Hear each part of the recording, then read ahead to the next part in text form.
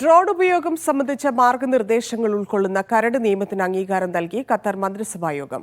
മന്ത്രിസഭ അംഗീകരിച്ച നിയമം തുടർ നടപടി എന്ന നിലയിൽ ഷൂറ കൗൺസിലിന് കൈമാറി.